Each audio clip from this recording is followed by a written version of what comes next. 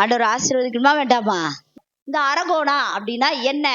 ஏன்னா வேதத்துல இருக்கிற ஒரு வார்த்தைக்கும் ஒரு காரியத்திற்கும் அர்த்தம் இல்லாம கர்த்தர் இந்த வேதாகமத்துல என்ன செய்யல, எழுதப்படவே இல்லை. அப்ப அந்த அரகோணா அப்படின்னு சொன்னா அதோட அர்த்தம் என்ன அப்படின்னா, இஸ்ரவேல் ஜனங்கள் எருசலேம் தேவாலயத்திற்கு போய் கர்த்தரை ஆராதிக்கும் போது அந்த எருசலேம் தேவாலயத்துக்கு போகணும்னா பல படிக்கட்டுகளை ஏறிதான் என்ன செய்யணும், எருசலேம் தேவாலயத்திற்குள்ளாக போகணும். அப்ப அவங்க அந்த படிக்கட்டுக்குள்ள ஏறி போகும்போது அமைதியா என்ன செய்ய மாட்டாங்க, போக மாட்டாங்க. அந்த படிக்கட்டுகளில் ஏறும் போது கர்த்தரை துதித்து கொண்டே என்ன செய்வாங்க, போவாங்க. இப்ப இத இப்ப இருக்கிற ஆவிக்குரிய வட்டாரத்துல நமக்கு அது வாய்ப்பு இல்லை. ஆனா அந்நிய தேவர்களை வணங்குகிற அப்படிப்பட்டவங்களை பார்த்திருக்கீங்களா? இந்த பாத யாத்திரையா போறாங்கல்ல, போகும்போதெல்லாம் பல நேரங்கள்ல நம்ம பார்த்திருக்கோம்ல, போகும்போதெல்லாம் அவங்க என்ன சொல்றாங்க, எதையோ ஒன்ற அவர்கள் தெய்வத்தை குறித்த ஸ்லோகங்களை நாமங்களை என்ன செஞ்சுக்கிட்டே இருக்காங்க, உச்சரிச்சுட்டே போறாங்கல்ல. இந்த காரியம்லாம் எங்க இருந்து வந்துச்சு தெரியுமா? இஸ்ரவேல் மக்களிடம் இருந்து வந்தத இன்றைக்கு இருக்கிற புறஜாதியார் பின்பற்றுகிறார்கள்.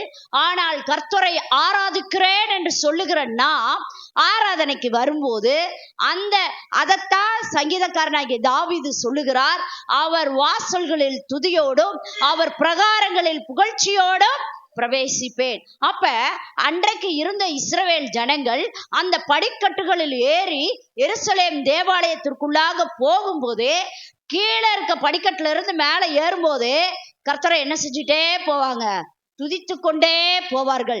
இன்றைக்கு தேவாலயத்திற்கு வந்திருக்கிற நீங்களும் நானும் இப்ப கர்த்தரை எதற்கு வந்திருக்கிறோம், ஆராதிக்க துதிக்க வந்திருக்கிறோம். நம்ம இருதயத்தை என்ன செய்யணும், அதற்கு ஆயத்தப்படுத்திக்கணும். சரியா?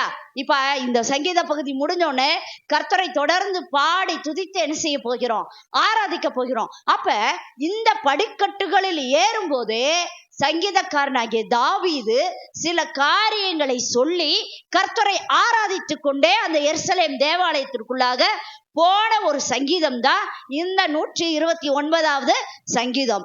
அதுல அவர் என்ன சொல்றாரு அப்படின்னு சொல்லி பார்த்தோம்னா 129:1-2 வசனத்துல நம்ம பார்த்தோம்னா அவர் சொல்லுகிறாரு, என் சிறு வயது முதல் நான் என்ன செய்யப்பட்ட, நெருக்கப்பட்ட, ஒடுக்கப்பட்ட, எல்லாராலும் கைவிடப்பட்ட.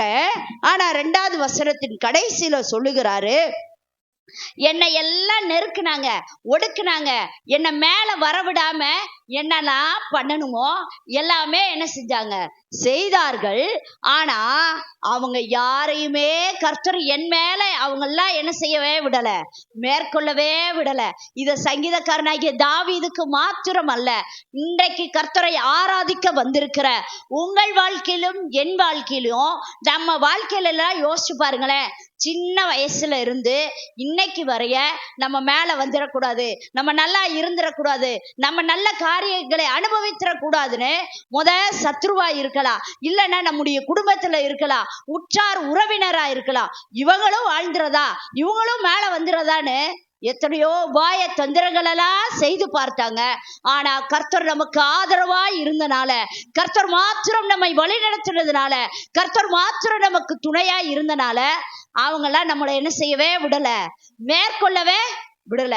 அதற்காக கர்த்தருக்கு இன்றைக்கு என்ன சொல்லணும், எல்லாரும் சொல்லுவோமா, ஆண்டவரே என்ன நெருக்குனாங்க, என்ன ஒடுக்குனாங்க, நம்ம மேல வரக்கூடாதுன்னு நினைச்சாங்க, ஆனா அவங்களா என்ன மேற்கொள்ளாதபடிக்கு நீர் என் தொலையை உயர்த்தி என்னை ஆசீர்வதித்து என் எல்லையை பெரிதாக்கி இன்றைக்கு ஜீவனோட சுகத்தோட பலத்தோட குடும்பத்தோட வச்சிருக்கீங்கல்ல, அதற்காக உமக்கு எல்லாரும் சேர்ந்து சொல்லுங்க, நன்றி, ஸ்தோத்திரம்.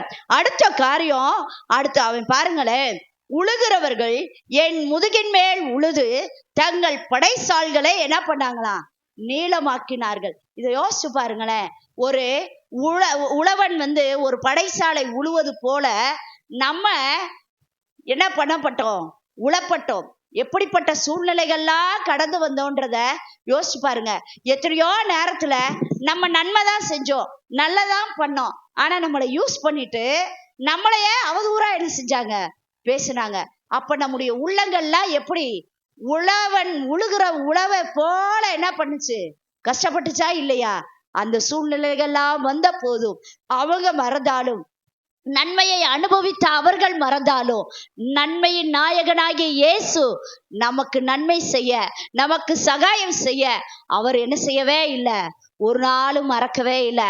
அதற்காக கர்த்தருக்கு ஸ்தோத்திரம். எல்லாரும் சேர்ந்து சொல்லுங்க, அதற்காக கர்த்தருக்கு ஆமென். அடுத்த காரியம் பாருங்களேன், கர்த்தரோ நீதி உள்ளவர், துன்மார்க்கருடைய கயிறுகளை அவர் அறுத்தார் என்று இஸ்ரவேல் இப்பொழுது சொல்வதாக. அடுத்த காரியம் பாருங்களேன், நம்மள கட்டிரணும், எந்த விதத்திலையும் இவங்க விடுதலையோட என்ன செய்யவே கூடாது, இருக்கவே கூடாதுன்னு கயிறுகளால கட்டப்பட்ட சூழ்நிலை போல எத்தனையோ பிரச்சனைகளால கட்டப்பட்டோம், வேதனையினால கட்டப்பட்டோம், வியாதியினால கட்டப்பட்டோம். ஆனா அந்த கட்டுகளிலிருந்து கர்த்தர் நம்மளை என்ன செய்தார், விடுதலையாக்கினார் என்று இப்ப யார் சொல்லணுமா, யார் சொல்லணுமா சொல்லுங்க, யார் சொல்லணுமா? எல்லாரும் சொல்லுங்க. வேதத்தை பாருங்க, எல்லார்ட்டையும் பைபிள் இருக்குல்ல, வேதத்துல என்ன போட்டிருக்கு அப்படின்னு யார் சொல்லணுமா? இஸ்ரவேல் சொல்வதாக. யார் அந்த இஸ்ரவேல்? நான் தான். இன்றைக்கு தேவனை ஆராதிக்க வந்திருக்கிற நீங்களும் நானும் தான் அவருக்கு சொந்த ஜனமாகிய இஸ்ரவேல். இன்றைக்கு ஆண்டவர்கிட்ட சொல்லுங்க, பாவ கயிறுனால கட்டப்பட்டு இருந்தேன், வியாதி என்ற கயிறுல கட்டப்பட்டு இருந்தேன், விடுதலையாக்க முடியாத படிக்கு பலவிதமான பொருளாதார காரியத்துல நான் மீடறவே முடியாதுன்னா நம்மளை கட்டி வச்சிருக்கப்பட்டோம். ஆனா கர்த்தர் இன்றைக்கு நம்ம விடுதலையாக்கி ஆண்டவரை விடுதலையோடு ஆராதிக்கிற ஒரு நிலையை கர்த்தர் தந்தார் அல்லவா? அதற்கு கர்த்தருக்கு ஆமென். அடுத்த காரியம், சீயோனை பகைக்கிற அனைவரும் வெட்கி பின்னிட்டு திரும்ப கடவர்கள். ஆண்டவர் நம்மளை அடிமைப்படுத்தின, நம்மளை மேற்கொள்ளணும், நம்மளை கீழே போட்டு மிதிக்கணும்னு நினைச்சவங்களெல்லாம் ஆண்டவர் என்ன பண்ணினாரு தெரியுமா? வெட்கி அவர்கள்லாம் எப்படி போனாங்களாம், பின்னிட்டு திரும்பி போனார்களாம். அன்றைக்கு இஸ்ரவேல் ஜனங்களை வழி நடத்தி வந்த போது அந்த பார்வோனுடைய சேனை இதெல்லாம் பெருசு. அப்ப இஸ்ரவேல் ஜனங்கள் என்ன பண்ணாங்க, அவங்களுக்கு முன்னாடி போனா செங்கடல், பின்னாடி போனா பார்வோன். இப்படிப்பட்ட சூழ்நிலையில நம்ம குடும்ப வாழ்க்கையிலும் நம்ம என்ன செஞ்சோம், இருந்தோம். ஆனா கர்த்தர் அப்படி நம்மை துரத்தி வந்த, நம்மை வேதனைப்படுத்தின, நம்மை அடிமைப்படுத்தின ஒருவர் கையிலும் கர்த்தர் நம்மளை ஒப்பு கொடாமல் அவர்களை தான் என்ன செஞ்சாரு, வெட்கி பின்னிட்டு திரும்ப செய்தார். இந்த மாதத்தின் வாக்குத்தத்தம் என்ன? இஸ்ரவேலே, ஓ முகம் என்ன செய்யறது இல்ல, வெட்கப்பட்டு போவதில்ல, ஓ முகம் செத்து போறதில்ல. உன்னை யார் அழிக்க வேண்டும் என்று வருகிறார்களோ அவர்கள் தான் என்ன செய்வாங்க, வெட்கி உங்களை முன்னோக்கி வரமாட்டாங்களாம். எப்படி போவாங்களாம், பின்னோக்கி போவாங்க. இவங்களை தொட எனக்கு முடியாது அப்படின்ற நிலைக்கு கர்த்தர் இன்றைக்கு நம்மை அழைக்கிறார். நாம் செய்ய வேண்டிய ஒரே ஒரு காரியம், அந்த அரோகோனா சங்கீதத்தை போல அந்த இஸ்ரவேல் ஜனங்கள் படிக்கட்டுகளில் ஏறும்போதே கர்த்தரை ஆராதித்தார்கள் அல்லவா? இன்றைக்கு கர்த்தர் செய்த நன்மைகளை நினைத்து பார்த்தவர்களாக, திரும்பி பார்த்தவர்களாக ஆண்டவருக்கு நன்றி சொல்ல வேண்டும். அடுத்த காரியம், அவர் சொல்லுகிறார், வீட்டின் மேல் முளைக்கும் புல்லுக்கு அவர்கள் ஒப்பாவார்களாக, அது வளரும் புண்மே என்ன செய்யுமா, உலர்ந்து போகும். நம்மளை அடிமைப்படுத்தணும், நம்மளை மேற்கொண்டுடலாம், நம்மளை விட பெருசா பண்ணிடலான்னு நினைச்சவங்கெல்லாம் எப்படி ஆண்டவர் பாருங்களேன். அந்த உவமை இந்த காரியத்தை வாசிக்கும் போது நான் அதை யோசிச்சே பார்த்தேன். இப்போ ஒரு வீடு கட்டுறோன்னு வச்சுக்கோங்க, இல்லைன்னா வீட்டுல மாடியில எல்லாம் பாத்தீங்கன்னா இது இருக்கும், குட்டி குட்டி செடியா என்ன செய்யும், அங்கங்க தண்ணி ஈரம் இதெல்லாம் அடிக்கடி படுற இடத்துல சின்ன சின்ன ஒரு காரியம் என்ன செய்யும், முளைக்கும். ஆனா முளைக்கிறத அப்பயே கிள்ளி எரிஞ்சிட்டோன்னு வச்சுக்கோங்களேன், அது இருக்கிற இடமே என்ன செய்யாது, தெரியாம போயிடும். அடுத்த ஆண்டவர் சொல்லுகிறாரு, அப்படி நீங்க புடுங்காட்டினாலும் ஆண்டவரே அப்படிப்பட்டதை என்ன செஞ்சிருவாராம், புடுங்கி அது என்ன செய்யுமா, வெயில்ல அது பட்ட உடனே அந்த ஈரம் என்ன செஞ்சிரும், காஞ்சிரும். அந்த ஈரம் இல்லைன்னா அது என்ன பண்ண முடியாது, வளர முடியாது. நம்மை எதிர்த்தவர்கள், நமக்கு எதிரெதிரையாக சதி யோசனை பண்ணினவர்களை கர்த்தர் இல்லாம என்ன செஞ்சிட்டாரு, புடுங்கி தூக்கி எறிஞ்சிட்டாரு. அவங்கள நம்ம தேடினால என்ன செய்ய போறதில்ல, காண போவதில்லை. ஏன்னா அவங்க இனிமேல் இருந்தாதான் நமக்கு என்ன பண்ணுவாங்க, இடைஞ்சல் பண்ணுவாங்க. அப்ப ஆண்டவர் உனக்கா டிஸ்டர்ப் பண்றாங்கன்னு அவங்கள என்ன பண்றாராம், புடுங்கி எரிஞ்சிருவாராம். அடுத்து வெயிலின் உஷ்ணம் அதன் மேல் பட்ட உடனே அது என்ன பண்ணுமா, உலர்ந்து போகுமா. அப்ப நம்மளை அதைத்தான் ஆண்டவர் சொல்றாரு, உன்னை ஒருத்தவங்க தொடுறாங்க, உன்னை ஒருத்தவங்க டிஸ்டர்ப் பண்றாங்கன்னா அது யார பண்ற மாதிரி தெரியுமா, அவரோட கண்ணின் கருவிழிய தொடுற மாதிரி. நம்ம கண்ணை தொட நம்மளே அளவு பண்ணுவோமா, முடியாது. அப்ப கர்த்தர் எவ்வளவாய் தாம் ஆராதிக்கிற பிள்ளைகளை, தாம் சேவிக்கிற பிள்ளைகளை ஆண்டவர் எவ்வளவாய் பாதுகாக்கிறார். அவங்கள தொட நினைக்கிறவங்கள இடமில்லாம அவர் என்ன பண்ணிடுவாரு, அழிச்சிருவாரு. ஆனா நம்ம தான் என்ன பண்ணிட்டு இருக்கோம் தெரியுமா, பல நேரத்துல ஐயோ ஐயோன்னு அந்த பார்வோனை பார்த்து, பார்வோனின் சேனையை பார்த்து, அந்த ரதங்களை பார்த்து, குதிரைகளை பார்த்து என்ன பண்ணிக்கிட்டு இருக்கோம், பயந்துட்டு இருக்கோம். இன்னைக்கு ஆண்டவர் நமக்கு தருகிறது என்ன தெரியுமா, துதி செய்ய தொடங்கினால் அற்புதம் நடக்கும். துதி செய்கிறவனுக்கு கர்த்தர் பலனாய் இருப்பார். நீங்க துதிக்க ஆரம்பித்தீங்கன்னா கர்த்தர் உங்களுக்கு எதிரா யார் எந்திரிக்கணும்னு நினைக்கிறானோ அவனை இடம் தெரியாம போக பண்ண அவரால முடியும். இன்றைக்கு கர்த்தரை ஆராதிக்கிற உங்கள் மேல் நீதியின் சூரியன் உதிக்கும். நம்ம வெட்கப்பட்டு போவதில்லை. உங்களை அழிக்கணும், உங்களை மேற்கொள்ளணும், உங்களை அழுக வைக்கணும், உங்களை சித்திரவதை பண்ணணும்னு நினைக்கிறாங்களா, சோர்ந்தே போகாதீங்க.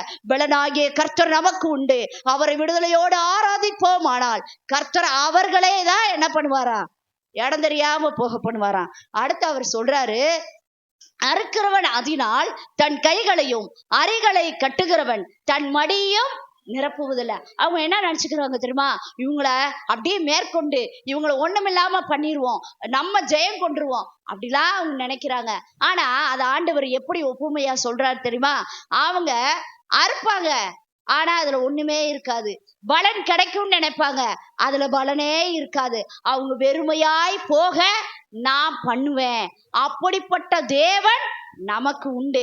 அதனால என்னைக்குமே எதை குறித்துமே நம்மளை மேற்கொண்டுருவாங்க. அவங்களுக்கு பணபலம் இருக்கு, படைபலம் இருக்கு, ஆள்பலம் இருக்கு, எதோ பலமா இருக்குன்னு நினைச்சு யாரை பார்த்தும் மனிதர்களை பார்த்து பயப்படவே பயப்படாதீங்க. படைகளின் ராணுவங்களின் தேவன் நமக்கு உண்டு. அவர் நம்மை அழிக்க, நம்மை தொட நினைக்கிறவர்களை அவர் என்ன செய்வாரு, இல்லாமல் போக பண்ண அவரால முடியும். அப்படிப்பட்ட அதிசயம் நம்ம வாழ்க்கையில நடக்கணும்னா நம்ம கர்த்தரை என்ன செய்யணும், ஆராதிக்கணும், துதிக்கணும். இடைவிடாமல் துதிக்க, இடைவிடாமல் கர்த்தரை ஆராதிக்க தாவீதை போல அப்படி கர்த்தரை ஆராதிக்கிற உங்களை கர்த்தர் ஒரு நாள் வெட்கப்படவோ, ஒரு நாள் நம்முடைய முகம் செத்து போகவோ அவர் விடுவதே இல்லை. கடைசி வசனம் சொல்லுது, கர்த்தருடைய ஆசீர்வாதம் உங்களுக்கு உண்டாவதாக, கர்த்தரின் நாமத்தினால் உங்களை ஆசீர்வதிக்கிறோம் என்று வழிபோக்கர் சொல்லுவதில்லை. இது என்ன அப்படின்னா, இப்ப அவங்க என்ன நினைக்கிறாங்கன்னா, நம்மளை எதிர்கொண்டு வருகிறவங்க ஒருவேளை அவங்க தேவ பிள்ளையா கூட இருக்கலாம். அவங்க ஜெபிக்கிறனால நமக்கு ஏதோ நடந்துருமோ, அவங்க அப்படி பண்றதுனால ஏதோ நடந்துருமோ, இப்படி நினைச்சு கூட நீங்க என்ன செய்யாதீங்க, பயப்படாதீங்க. கர்த்தர் நமக்கு துணையா இருப்பார். ஆனால் ஆண்டவர் இங்க சொல்லுகிற காரியம், கர்த்தருடைய ஆசீர்வாதம் உங்களுக்கு உண்டாவதாக, கர்த்தரின் நாமத்தினால் உங்களை ஆசீர்வதிக்கிறோன்ற இந்த ஆசீர்வாதம் எங்க மட்டும்தான் உண்டாகும் தெரியுமா, ஆலயத்திலிருந்து மட்டும். ஆண்டவர் தேவாலயத்தின் நன்மையினாலதான் இப்படி திருப்தியாக்குவாரு. வழிபோக்கர் அப்படி என்ன செய்யறது இல்ல, சொல்லுவதில்லை. அப்ப இன்றைக்கு தேவாலயத்திற்குள்ள வந்திருக்கிற நாம் கர்த்தரை, இந்த தாவீது தன் இக்கட்டில் நெருக்கத்தில் கர்த்தரை நோக்கி கூப்பிட்டான். அந்த இக்கட்டுல நெருக்கத்துல அவன் கூப்பிடுதலை அவர் கேட்டு அவனை எல்லாரும் ஒடுக்கிடலாம். போன வாரத்துல நம்ம செய்தி கேட்டது போல தகப்பனால மறக்கப்பட்டான், தகப்பன் மறந்தாங்க, பெற்றோர் சகோதரர் மறந்தாங்க, ராஜா வேண்டான்னா கோலியாத் இளக்காரமா பேசினான். ஆனா இவங்க எல்லாருக்குமே அரசனாக கர்த்தர் அவனை மாற்றினார் என்றால் அவன் செய்த ஒன்றே ஒன்று இந்த அரகோனா சங்கீதம் தான். தேவாலயத்துக்குள் பிரவேசிக்கும் போதெல்லாம் அவன் கர்த்தரை துதித்து கொண்டே, கர்த்தரை ஆராதித்து கொண்டே, கர்த்தர் செய்த நன்மைகளை அவன் ஒவ்வொன்றாக சொல்லி சொல்லி கர்த்தரை என்ன செய்தான், ஆராதித்தான். இந்த நேரத்துல நம்ம எல்லாரும் எழுந்து நின்று இப்போது இந்த 2026 7வது வாரத்தை என்ன 7வது மாதத்தை நம்ம தாண்டி வந்துட்டோம். புதிய மாதம் 8வது மாதத்திற்குள்ளாக நாம் பிரவேசிக்க போகிறோம். கர்த்தர் எத்தனை நன்மைகளை செய்தார் நம்முடைய வாழ்க்கையில. அவர் பாராட்டின நன்மைகள், அவர் பாராட்டின கிருபைகள் எல்லாவற்றையும் இந்த ஆலயத்துல கர்த்தரை சொல்லி துதிக்க, உங்களை மேன்மைப்படுத்த, உங்களை உயர்த்த அவர் வல்லமையுள்ள தேவனாய் இருக்கிறார். நாம் செய்ய வேண்டிய ஒன்றே ஒன்று, தாவீதை போல கர்த்தரை ஆராதிப்போம். இந்த நாளில